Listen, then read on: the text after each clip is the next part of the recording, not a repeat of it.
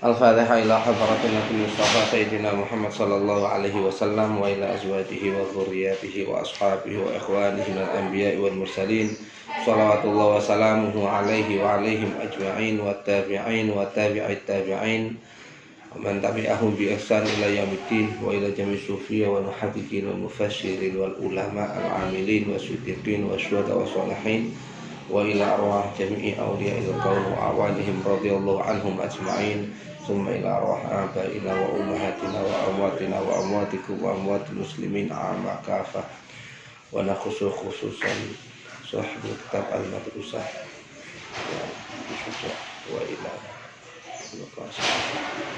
ila murabbal wasat Muhammad Basari alaihi masjid wa ila bismillah wa ila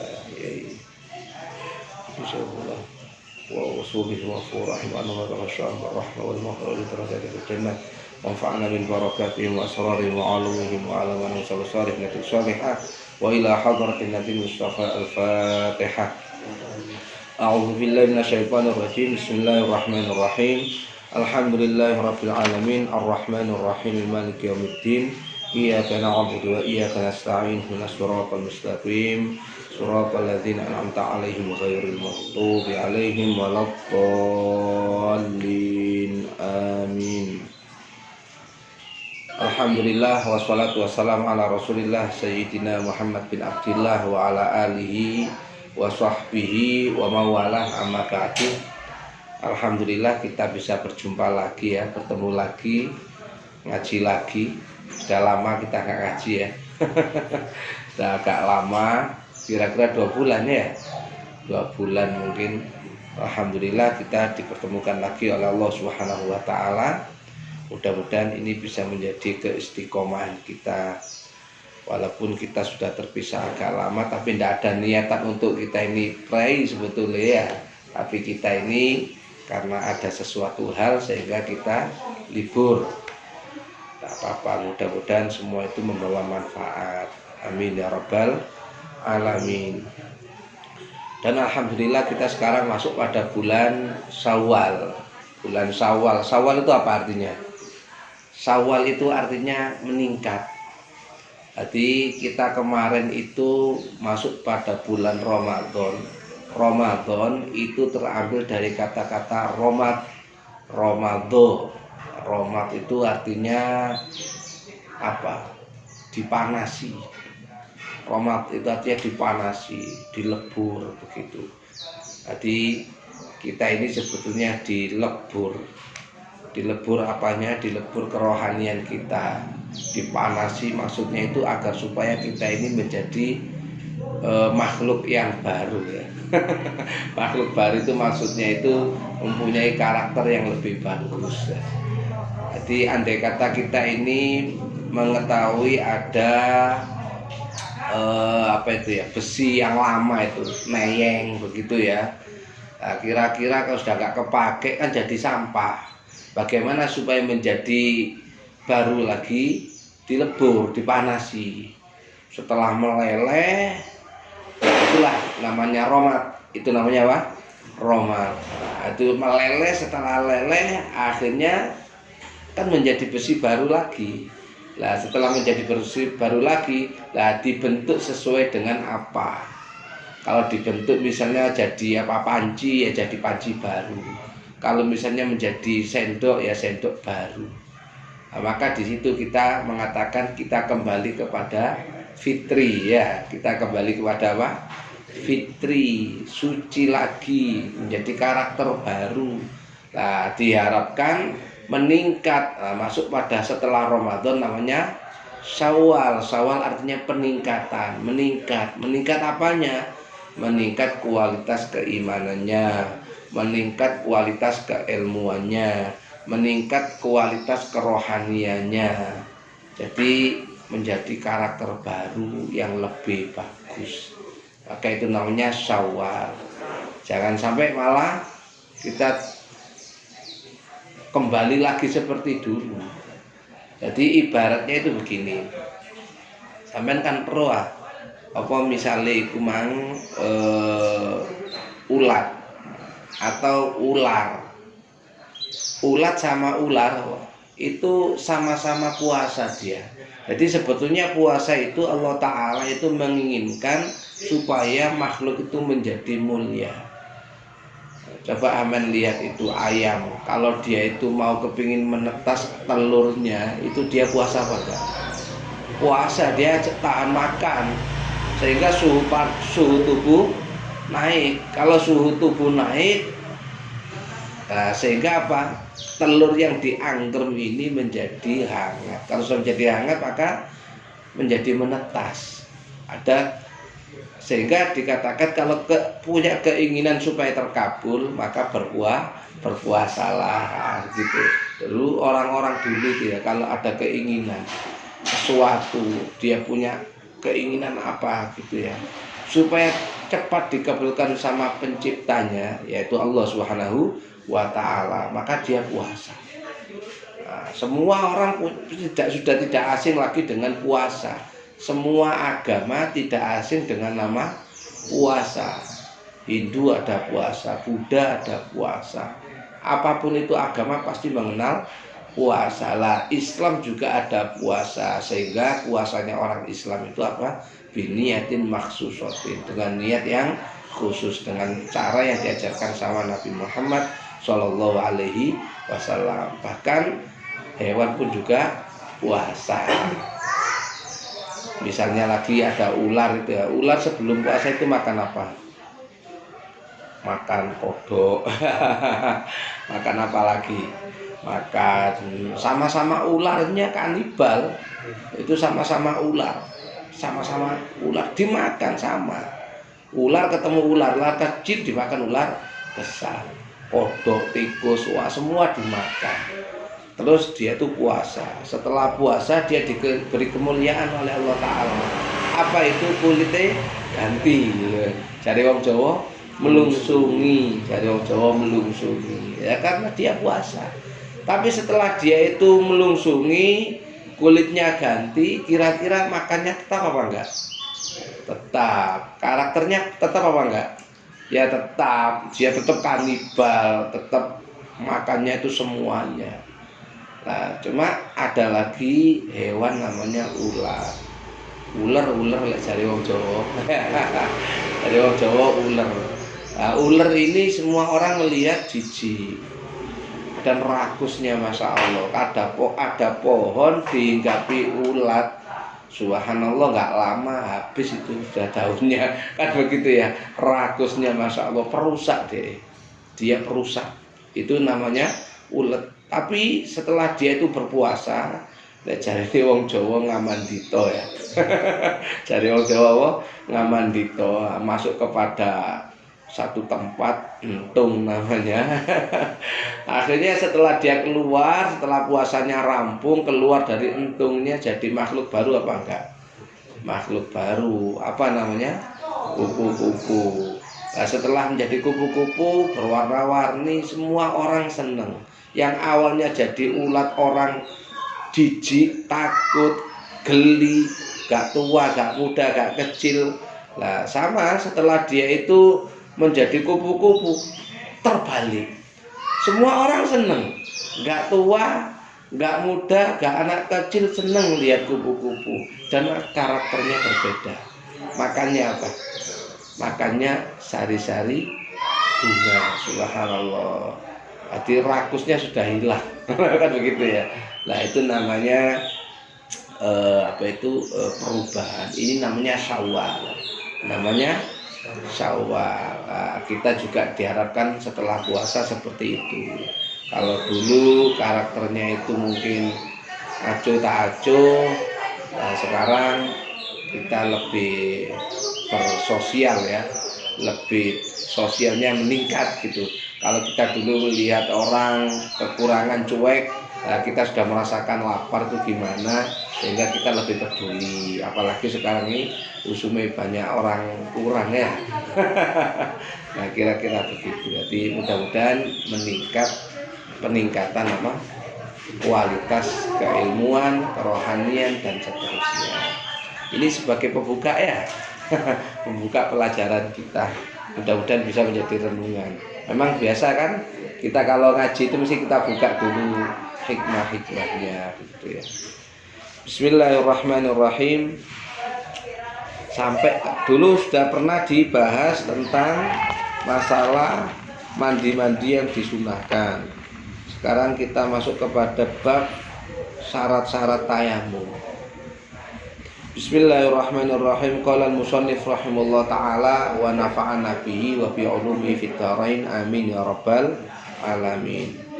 Jadi kita berdoa dulu. Kalau kita biasa mengaji itu kita doa dulu ya. Kita mendoakan pengarang kitabnya.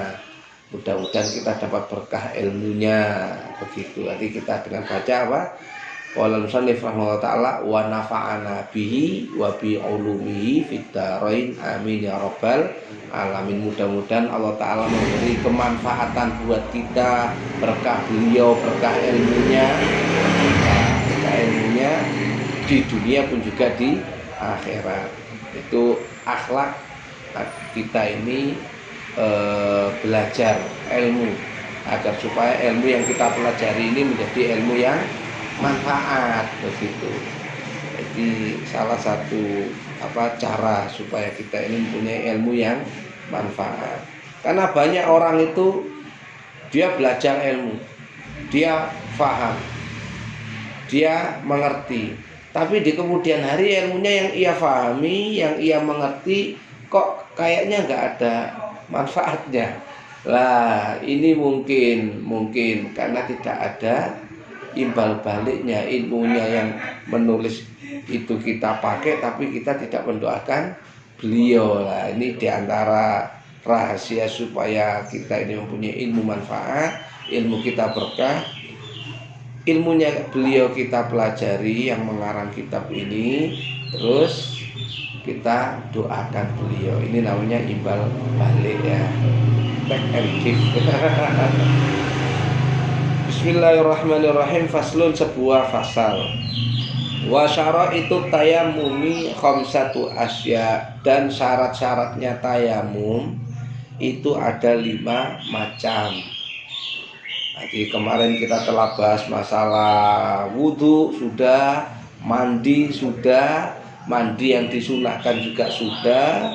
Sekarang kita menginjak kepada syarat-syaratnya tayamum. Jadi tidak boleh orang-orang kepingin tidak ada air udah langsung tayamum aja, ya tidak boleh seperti itu. Harus tahu syaratnya. Karena orang ibadah itu harus tahu ilmunya.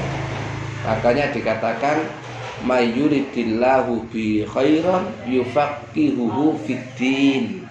Siapa orang yang dikehendaki oleh Allah Ta'ala menjadi orang itu baik, maka dia difahamkan dalam urusan agama. Dalam hadis itu disebutkan seperti itu. Jadi kalau orang itu dijadikan baik oleh Allah Ta'ala, dia itu mesti sama agama itu senang. Bagaimana cara sholat benar, bagaimana cara wudhu benar, itu difahamkan tentang agamanya. Bagaimana dia itu bisa memahami agama kalau dia itu nggak seneng ngaji, sehingga tidak cukup semangat beribadah, harus diketahui ilmu. Dia semangat sholat, dia nggak tahu ada waktu yang diharamkan sholat. Setelah sholat subuh, wah masih kurang, kepingin aku sholat lagi. Boleh apa enggak? Enggak boleh, haram. Dia sholat, aku sholat, iya kamu sholat, tapi kamu karena enggak mengaji jatuh kepada keharaman. Sholatnya kayak ibadah, malah dia berbuat dosa. Lah ini, dia semangat ibadah puasa, waktu hari raya aku kepingin terus poso gitu. Wah, haram apa enggak? Ya haram. Enggak boleh begitu. Harus tahu ilmunya. Ada waktu yang diharamkan puasa seperti itu.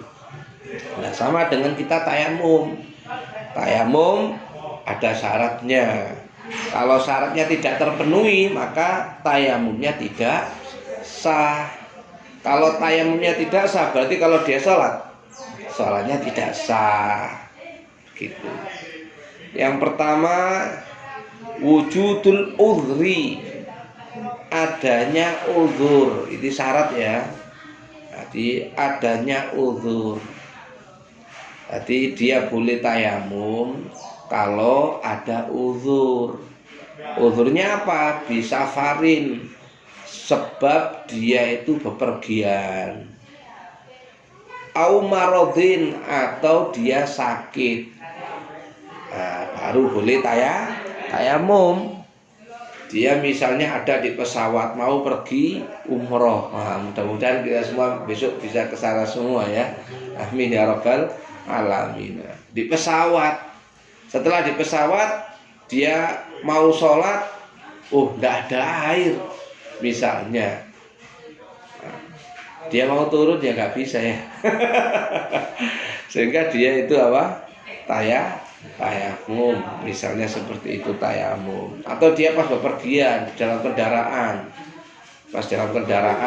naik bis misalnya, terus tas naik bis masuk waktu sholat misalnya ini bepergian waktu malam. Nah, pas waktu subuh masuk waktu, datang waktu sholat, dia mau sholat, kan nggak mungkin dia ngomong supirnya, Pak supir berhenti dulu cari. Ya kalau dia itu sendirian. Nah, kalau misalnya rombongan sama-sama tujuan. Tapi kalau misalnya bersama-sama orang yang pakai bis umum gitu, kira-kira bisa nggak? Pak supir, enggak dulu waktunya sholat. Ya kalau misalnya memungkinkan seperti itu ya harus. Tapi kalau nggak mungkin, supirnya mokoh misalnya, ini bismu lah. Misalnya seperti itu. Ya kalau memang nggak bisa seperti itu ya sudah, kita tayamum sholat hormat waktu. Atau uzurnya itu sakit. Nah, dia sakit yang mana dia itu terhalang untuk menggunakan air. Kalau dia pakai air, wah nanti saya tambah demam. Ada orang itu kena flu berat, wah demam dia.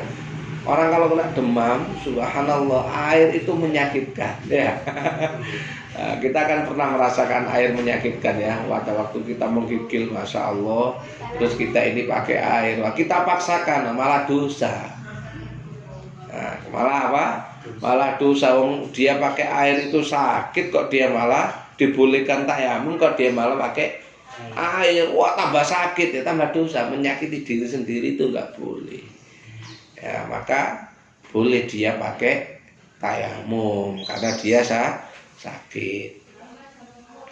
Jadi kemarin dulu kan pernah saya sebutkan ya, jadi ini ilmu ini fikih ini itu kesimpulan ulama yang mengambil dasar dari Quran dan hadis. Jadi misalnya syaratnya tayamum pertama adanya uzur, misalnya ya sebab bepergian atau sakit. Loh, ulama menyimpulkan seperti itu karena ada dalilnya. Dalilnya apa? Allah berfirman, wa in kuntum marda aw ala safarin aw jaa ahadun minkum minal ghaiti aw lamastumun nisaa falam tajidu ma'an fatayammamu. Itu dalilnya. Wa in kuntum mardo, jikalau kalian itu ada mardo dalam keadaan sakit, au ala safarin atau dalam keadaan bepergian, au jaa ahadu minkum minal ghaib, atau salah satu dari kalian tadi itu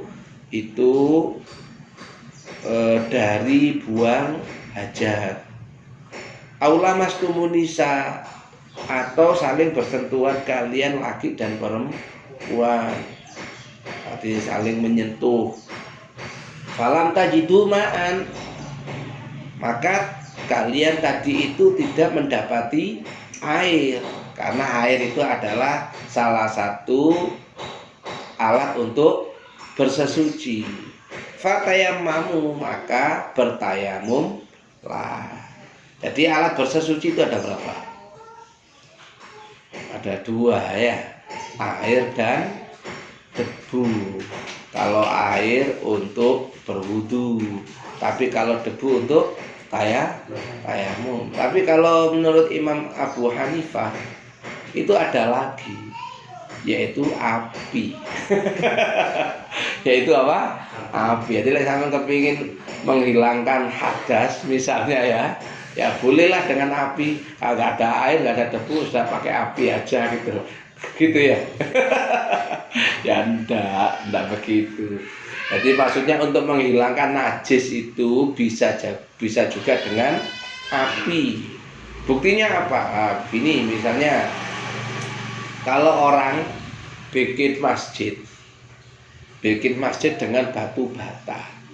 Lah, bikin batu bata itu kan tanah liat, kadang-kadang campur kletok kan gitu ya, kadang-kadang campur kotoran, diulet dadi siji jadi adonan tepung gitu. Adonan apa? Adonan lumpur gitu ya, adonan. Terus apa itu menjadi dicetak jadi batu bata. Setelah dicetak jadi batu bata, lah terus dibakar. Coba misalnya api itu bukan alat untuk mensucikan, kira-kira kalau sudah menjadi temboknya najis apa enggak? Ya najis. Nah, kalau alat temboknya najis, boleh enggak dibuat sholat? Ya enggak boleh. Maka salah satu pendapat Imam Abu Hanifah, salah satu daripada alat untuk mensucikan itu salah satunya adalah api, dengan dalil bahwasanya besok di alam akhirat itu manusia itu disucikan dari dosa itu dengan pakai air apa? Debu? Pakai api. Jadi dia disucikan oleh Allah Ta'ala dengan api, masuk neraka. Setelah itu disucikan dosa-dosanya dengan api. Setelah dia itu bersih dari dosa, maka dia masuk kepada tempat suci, apa? Surga. Maka mudah-mudahan kita nggak sampai disucikan dengan api. Makanya kemarin kita terangkan bahwasanya orang itu kalau wafat, kalau mati wajib mandi, disucikan kan gitu lah.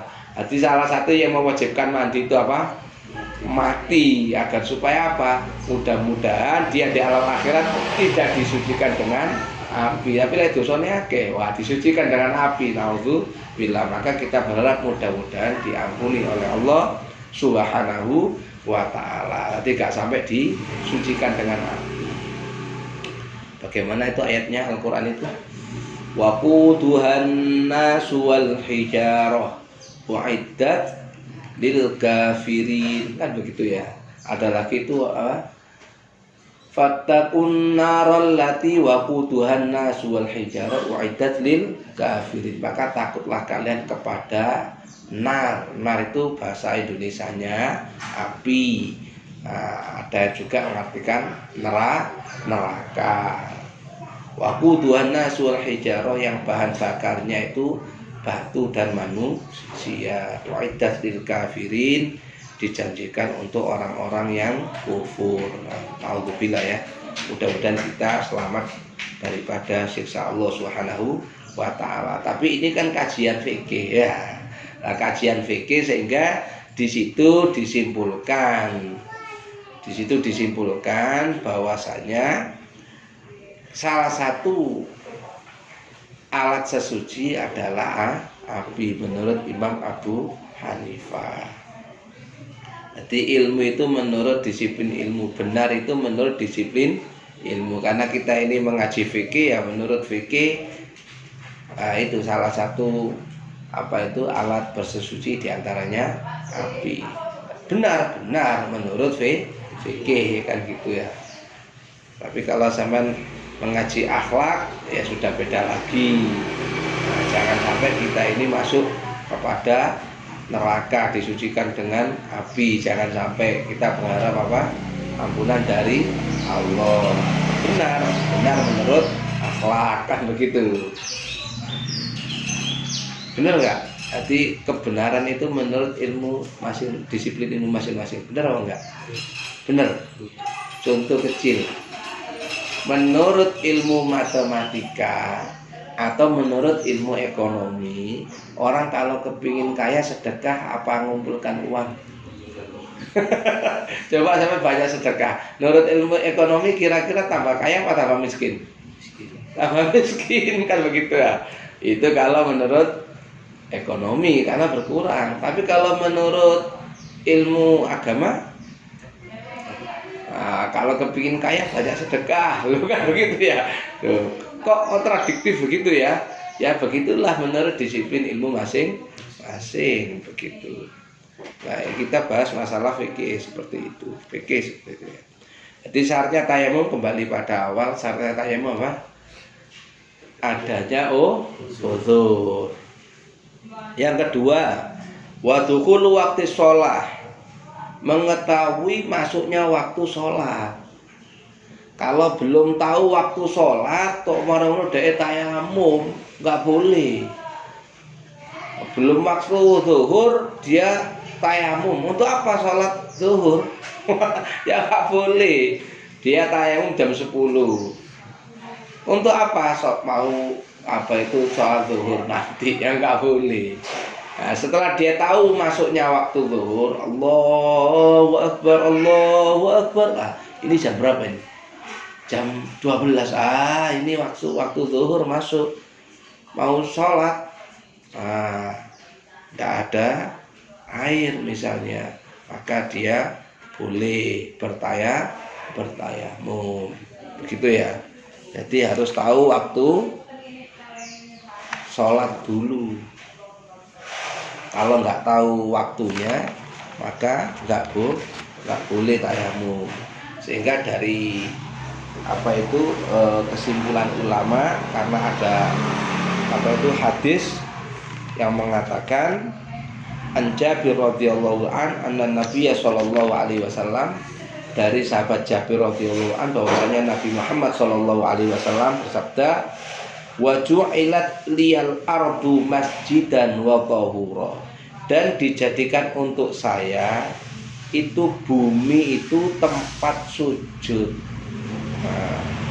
wa tahuron, dan alat bersesuci. Jadi tahur itu pakai wazan fa'ul lil mubalaghah. Jadi kalau tohir itu satu kali bersesuci, atau orang yang bersesuci. Tapi kalau tohur itu alat yang bisa diulang-ulang untuk bersesuci. Nah, begitu.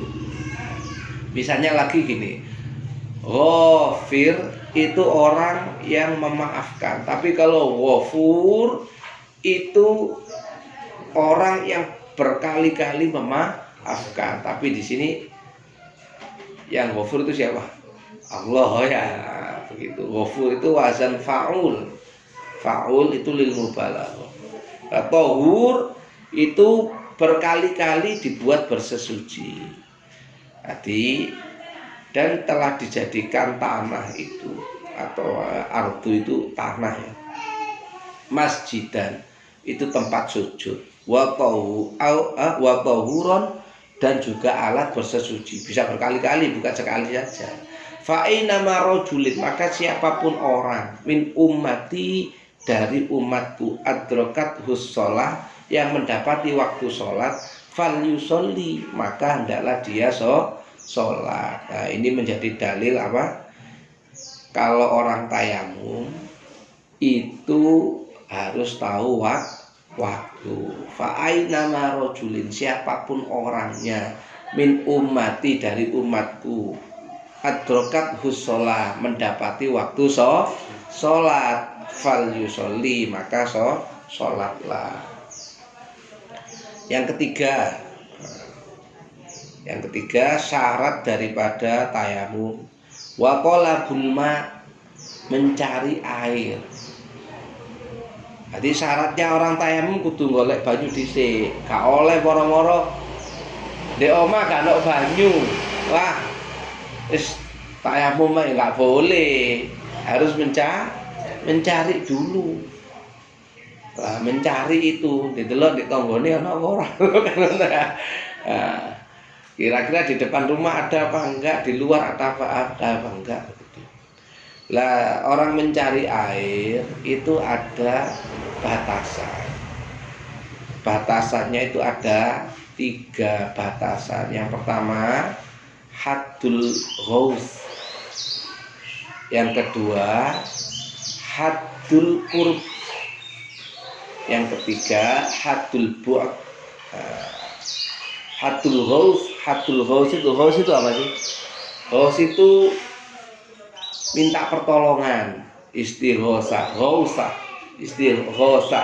Jadi apa? Minta pertolongan. Nanti misalnya sampean bengok-bengok, misalnya dek kene ono macan, katene nerekam sampean, kira-kira sampean bengok-bengok enggak? Bengok-bengok, terjepit sampean terbengok-bengok lah, bengoke sampean kira-kira bisa didengar itu sampai jarak mana? 100 meter kedengaran ya. 100 berarti andai kata ya, ini ada tanah lapang. Sampean bengok-bengok, tolong, misalnya seperti itu. 100 meter dengar ya. 100 meter itu dekat loh. Kan apalagi di tanah lapang misalnya, di lapangan itu. Kira-kira lapangan itu berapa sih jauhnya lapangan? Gawang satu dengan gawang yang satunya. Ada 200 meter? Nggak ada. Itu 100 meter ya. Kira-kira dari gawang sini kedengaran apa enggak? Woi, ayo lempar gitu ya. Bisa kan? Nah itu namanya, kalau masih kedengaran 150 meter dengar apa enggak? Masih mungkin ya. Masih dengar kira-kira ya. Orang kalau suaranya keras itu dengar. 200 meter? Ya taruhlah 200 meter. Insya Allah dengar. Kalau 200 meter itu masih sayup-sayup, itu masih dengar. Taruhlah 200 meter. Itu namanya haddul ghaus. Nah, di mana ada sampean tadi misalnya ya, waduh kita ini mau wudu nggak ada air, maka wajib mencari. Lah mencarinya nggak boleh andai kata sampean ini di padang pasir dilihat, wah ndak ada air ini, nggak boleh. Walaupun sampean itu di padang pasir lihat ke sana dari 4 penjuru arah sampean lihat nggak ada air, tapi sampean wajib mencari dulu karena ada kemungkinan kecil. Namanya prasangka yang lemah. Prasangka yang lemah itu namanya wahm. Apa? Wahm. Bisa jadi di kuno. Nah, itu prasangka lemah. Beda dengan prasangka kuat. Prasangka kuat itu apa? Dzon. Nah, prasangka kuat itu namanya dzon. Apa husnudzon? Prasangka kuat baik. Suudzon. Prasangka kuat jelek. Nah, itulah namanya bahasa itu ya. Jadi harus mengerti ya. Kalau prasangka yang lemah namanya wah. Bisa jadi masih di kuno ketok gak ketok kayak rodok manusia titik ono banyu walaupun setitik loh. Maka dia wajib cari sebatasan apa? Haddul ghaus. Batasan di mana dia minta tolong wong bengok-bengok krungu. 200 meter paling enggak ya? Berapa? 200 meter. Itu dia paling enggak harus dia jalan. Kira-kira ngomong saiki katene tayamum ngono enggak kira-kira? Nah, karena dia enggak ngaji. Kalau dia enggak mengaji woro-woro tayamum, padahal itu menjadi syarat. Kalau syaratnya tidak terpenuhi, moro-moro tayamum, sah enggak tayamumnya? Tidak sah. Kalau tidak sah, salatnya sah apa enggak? Enggak sah. Kalau enggak sah diterima apa enggak? Enggak diterima loh, itu butuhnya ilmu. Ya nggak bisa, nggak ada air. Nggak ada air itu ada dua macam ya. Dia terhalang memakai air, jadi adanya air seperti tidak ada air. Jadi misalnya sakit, itunya ada air, ada, tapi dia terhalang. Itu namanya apa itu seperti ada air tapi seakan tidak ada air. Itu namanya misalnya lagi dia ada air di mana di depan kebetulan dia itu kamar mandinya di depan rumah misalnya, atau di depan rumah ada sumur, di dalam rumah nggak ada sumur. Pada waktu dia mau apa itu mau tayamum, dia mau keluar ternyata di sumur tadi itu ada macan. Berani nggak ambil air? Berani apa enggak? Wah, ini Tarsan ya beda mana ya. Kalau Tarsan beda lagi. Tapi kalau bukan Tarsan jangan coba-coba kan gitu ya. Nah, walaupun itu ada air, tapi kedudukannya seperti tidak ada air. Nah, kalau seperti itu, maka boleh sampean itu tayamum.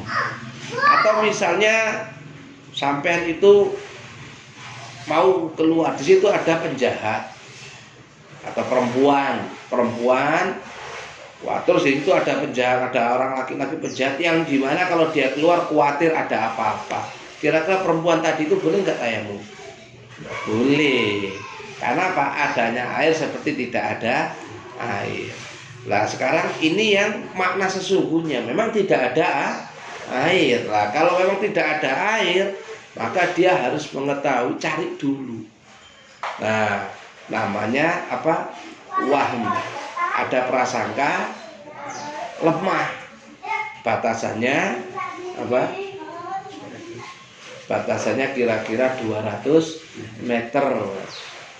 Ya, apa? Haus itu minta tolong ya. Kalau dia teriak-teriak minta tolong, di situ kira-kira dengar, maka itu batasan. Jadi dia harus jalan dulu keliling sekitar itu. Kalau dia tidak mendapati, nah, kalau dia sudah tidak mendapati di situ, ya sudah dia boleh apa? Tayamum. Tapi ada tapi. Kalau ada prasangka kuat,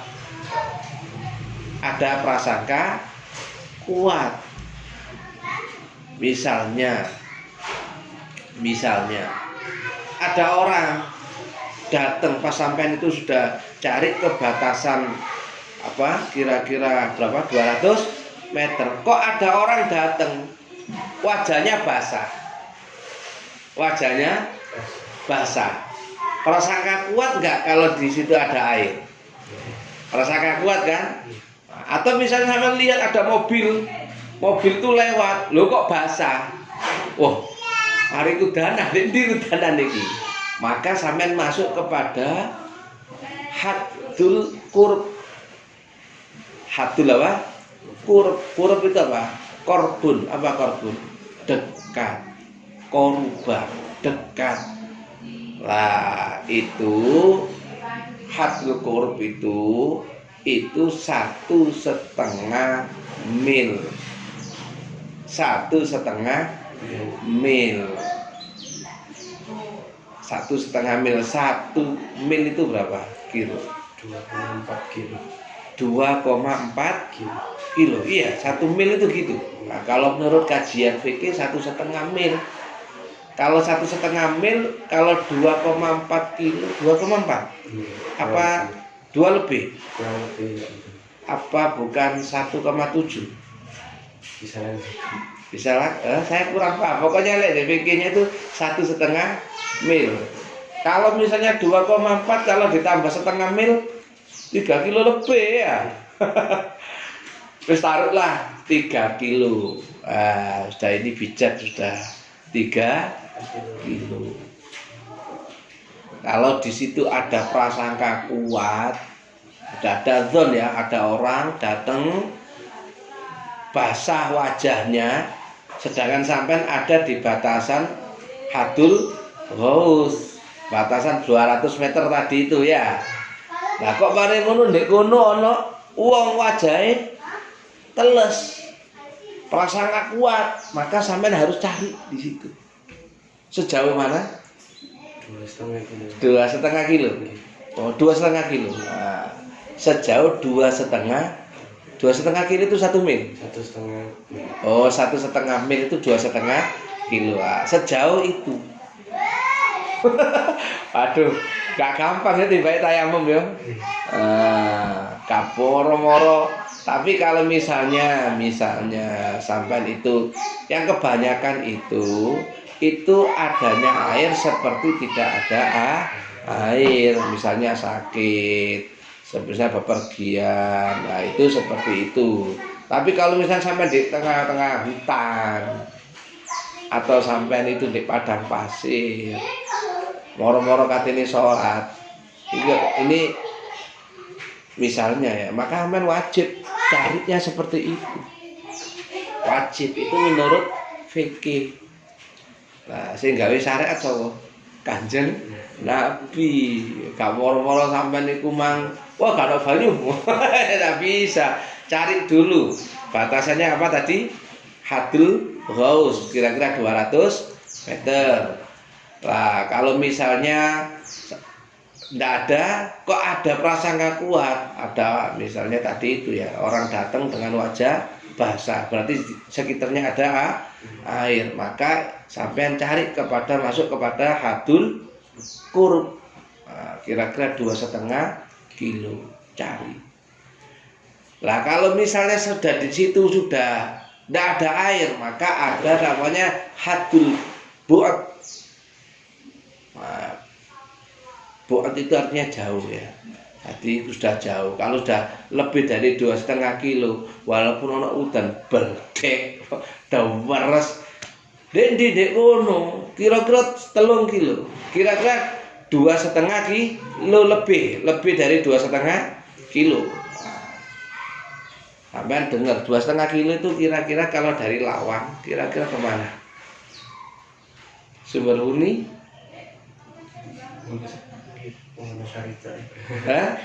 Sumbersari kata Sumber Waras? Sumber Waras misalnya ya. Kalau ini dari Lawang loh ya, kalau dari Lawang. Kalau kira-kira dari kampus, kira-kira dari sampai mana? Dari kampus ke Patal ada ya? Ada ya. Kalau misalnya ke selatan ke Randu Agung ya. Nah, kira-kira kalau dari kampus Randu Agung deket ya. Kira-kira apa ya? Songsong ya, ke Songsong. Ada hujan lebat, deres atau banjir, ada air apa enggak? Ya banyak air, tapi itu sudah masuk batasan jauh. Maka walaupun di situ ada hujan lebat, sampean enggak wajib ke situ karena terlalu jauh. Tapi kalau masih di batasan 2,5 kilo, sampean wajib cari.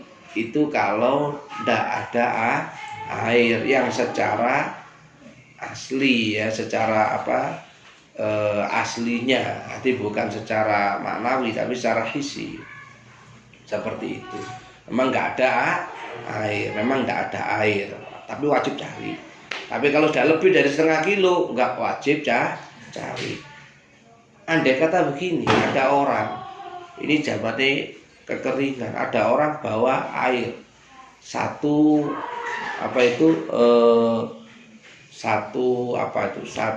tangki air. Itu ada air, wajib beli nggak kira-kira? Wajib beli nggak? Ya kalau sampean mampu beli wajib beli, tapi dengan syarat harganya menurut harga pasar. Jadi misalnya sak liter regane 500 rupiah, kok didol rego 1.000. Umumnya pasar sak liter 500, kok dijual harga 1.000. Walaupun duit sampean sak miliar gak wajib beli. Karena apa? Harganya sudah di luar harga pasar. Tapi kalau misalnya harganya standar harga pasar dan sampean punya banyak kemampuan, wajib beli. nggak boleh terus tayamum. Tapi kalau misalnya harganya itu di luar harga pasar, terlalu mahal, walaupun sampean mampu beli, sampean nggak wajib beli tayamum saja, biar dia keliling. Kira-kira seperti itu. Nah ini kalau diteruskan masih ada 4 dan 5 ya. Nah, banyak ini ya. Nanti kalau ada pertanyaan mungkin bisa dicatat begitu ya. Atau gimana? Kalau ada pertanyaan? Apa? Untuk pertanyaan yang pertama itu menawi pas tayamum itu saya dibasuh anggota tubuh. Niku apakah kata saya wudu apa mboten? Terus yang nomor kali apabila kalau mau bertayamum tapi nemu air ini ku cuma mboten sampai 2 kolah niku. Soalnya air ini ku air sing pun istilahnya dapat air wudu ya. Jadi mustakmal ini mboten tersebut. Iya. Jadi begini ya. Yang pertama tadi, apakah yang diusap, bukan dibasuh ya? Yang diusap, basuh sampai debu gimana? Nah, apakah tayamum itu yang diusap anggota wudu begitu? Nah, yang diusap itu wajah dan juga tangan. Itu cuma itu aja. Sebetulnya ini pembahasannya nanti ya. Nah, sebetulnya pembahasannya nanti fardunya apa? Tayamum, tapi tidak apa-apa sudah ditanyakan gitu ya. Karena pembahasannya masih 4 dan 5 masih belum. Tapi tidak apa-apa. Jadi pertanyaannya, apakah yang diusap itu anggota tubuh? Tidak semua anggota tubuh. Fardunya tayamum itu ada 4. Yang pertama niat, nah, sudah kita bahas saja langsung ya. Niat. Yang kedua mengusap wajah, bukan membasuh loh ya. Kalau membasuh itu mengguyurkan air. Kalau mengusap, nah jadi usap begini ya. Nah, itu mengusap wajah. Yang kedua mengusap kedua tangan sampai siku. Itu seperti itu. Ya begitu kan pertanyaannya ya. Terus yang kedua, apabila mendapati air, lah sekarang masuk kepada bab yang membatalkan wudu, membatalkan tayamum. Yang membatalkan tayamum itu semua yang membatalkan wudu. Jadi ngentut batal nggak wudu? Batal. Tayamum juga sama. Nah, begitu. Terus bersentuhan laki perempuan batal nggak? Batal. Tayamum juga sama. Terus tidur hilangnya akal, batal nggak tayamum? Apa wudunya? Batal. Wudunya, tayamumnya juga sama. Nah, kecuali tidur dengan apa? Duduk yang tetap. Nah, itu silo yang kapan hari itu kita bahas ya, yang kapan lalu duduk. Nah, itu nggak batal. Tapi kalau misalnya tidur dalam keadaan terlentang, tidur mengkurep misalnya, waduh, tayamumnya batal juga, wudunya batal, tayamum batal. Nah sekarang juga begitu. Kalau mendapati air itu membatalkan tayamum. Jadi sampean pas sudah tayamum, terus mari ngono ketemu melihat air di selain waktu sholat. Kalau masuk waktu sholat sampean tayamum ya, terus sampean sholat. Wah, setelah sholat sudah. Nah, kayak begini ini tadi kan sholat subuh. Nah, sholat subuh tidak ada air. Setelah sholat subuh tidak ada air, sampean tayamum. Nah sekarang ini masuk waktu subuh apa bukan? Sudah hilang kan? Karena sudah hilang. Terus sampean mau sholat duha, lo kok ada air, langsung batal. Tayamum sampean batal. Walaupun airnya sedikit.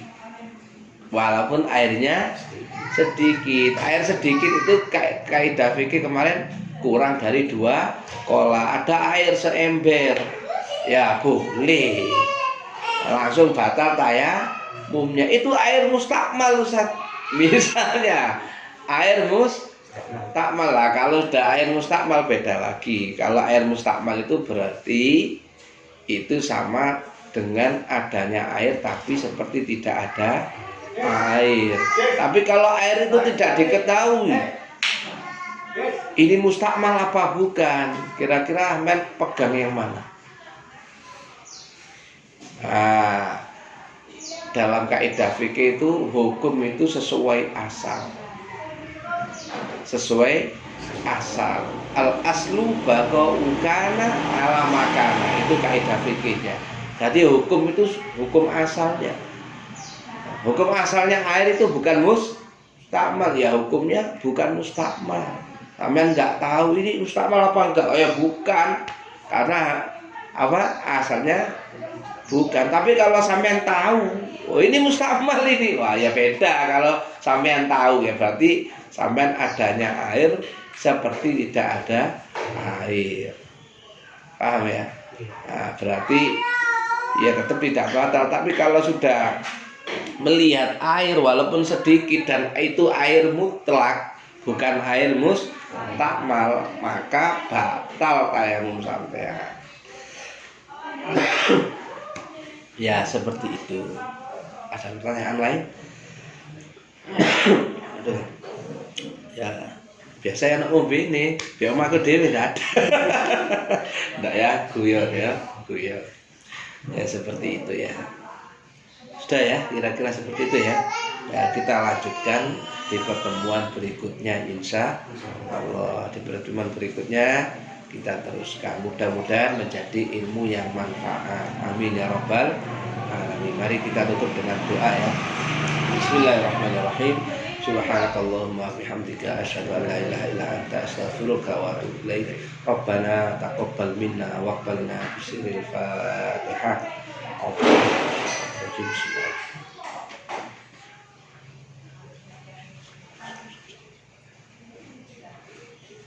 Wassalamualaikum warahmatullahi wabarakatuh.